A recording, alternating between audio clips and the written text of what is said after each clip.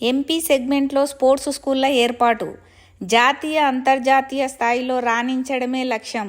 MLA NM.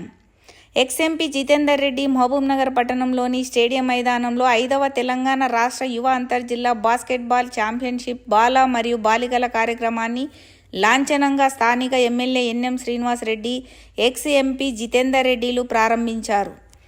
అనంతరం జ్యోతి ప్రజ్వలన, పతాక ఆవిష్కరణతో కార్యక్రమాన్ని ప్రారంభిస్తూ మాట్లాడారు. నేటి చిన్నారులు ఆటల్లో రాణించాలని కొనియాడారు. గత 10 ఏళ్లుగా ఆటలు అడుగున పడిపోయాయని చెప్పారు.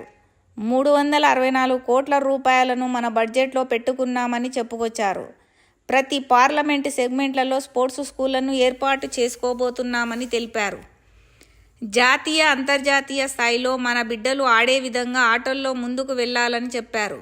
సీఎం కప్ అనే కార్యక్రమం ద్వారా గ్రామ స్థాయి నుండి రాష్ట్ర స్థాయి వరకు ఆటల్లో రాణించే ఆణిముత్యాలను వెలికితీసే యజ్ఞమే సీఎం కప్ ఏర్పాటు చేస్తున్నామని చెప్పారు.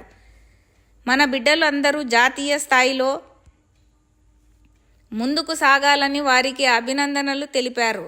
ఈ కార్యక్రమంలో municipal chairman Anand Kumar Goud, Shabbir Ahmed, Laxman Yadav, Abdul Hadi, NP Venkatesh, Zakir, ఇతర రాష్ట్రంలో ఉన్న అన్ని జిల్లాలకు చెందిన ఆటగాళ్లు, పెద్దలు పాల్గొన్నారు.